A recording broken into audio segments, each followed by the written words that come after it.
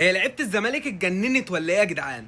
هل بالنسبه لنا التعادل دلوقتي بقى مكسب؟ يعني احنا دلوقتي لما بنتعادل اكننا كده كسبنا، وننزل صور نحتفل بالاهداف، اللي متصور له صوره وهو في الملعب ينزلها بعد الماتش وبتاع، ده عادي يعني؟ المختل شيكو بنزا نزل في الستوري الاحتفال بالهدف. طب ده لاسع ومطرقع اصلا ودماغه تعبانه، وعارفين اصلا ان هو يعني دماغه على قده وبيطلع منه حاجات اصلا عبيطه من ساعه ما جه، وعقليته مش عقليه نادي الزمالك اصلا. لعيب يعني عقليته تعبانه وما ينفعش اصلا يكون موجود في نادي الزمالك حتى لو لعيب كويس، لان عقليته في الضياع. العقليات اللي زي دي لازم تترمي بره النادي، تترمي. لكن نروح بقى للعاقل الرزين بقى، اللي المفروض ان هو يعني دماغه سليمه، محمد عواد، واحد المفروض ان هو من كباتن النادي. لما يطلع بقى الكلام دوت من محمد عواد يبقى عيب، يبقى كده في حاجه غلط في النادي. يعني ايه يا عواد معلش منزل لي صوره بعد الماتش وانت لابس لي مش عارف ايه وطالع لي المدرجات؟ لازمتها ايه الصوره؟ يعني لازمتها ايه واحنا خارجين من الماتش تعادل وخسرانين نقطتين اصلا، يعني حاسمين في ان احنا ننافس على الدوري؟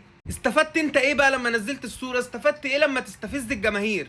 هل انت فاكر عشان ما بتلعبش فانت عادي بقى تنزل صور زي ما انت عايز لو الفريق خسران وبيعمل نتائج مش كويسه؟ لا، انا بالنسبه لي اللعيب اللي ما يعرفش مصلحه الفريق لما يكون ما بيلعبش قبل ما يكون بيلعب، هو ده اللعيب اللي ينفعني. لكن انت خلاص عشان ما بتلعبش اساسي ومالكش اي مشاركات مع الفريق، فخلاص انت مكبر دماغك وبتنزل صور والزمالك متعادل وخسران نقطتين وعادي كده. صدقوني والله لازم يكون في وقفه من الاداره للهبل اللي بقى بيحصل في فريق الكوره دوت. في لعيبه كتير قوي عقلياتها تعبانه ولازم نتخلص منها وتطلع بره النادي في اسرع وقت قبل النادي ما يقع اكتر من كده. يعني انا مش عارف انتوا مستنيين اكتر من كده، والله اكتر من كده بالنسبه لي نروح نهبط درجه تانية بقى. اكتر من كده خلاص يعني، ما هو مفيش اكتر من كده.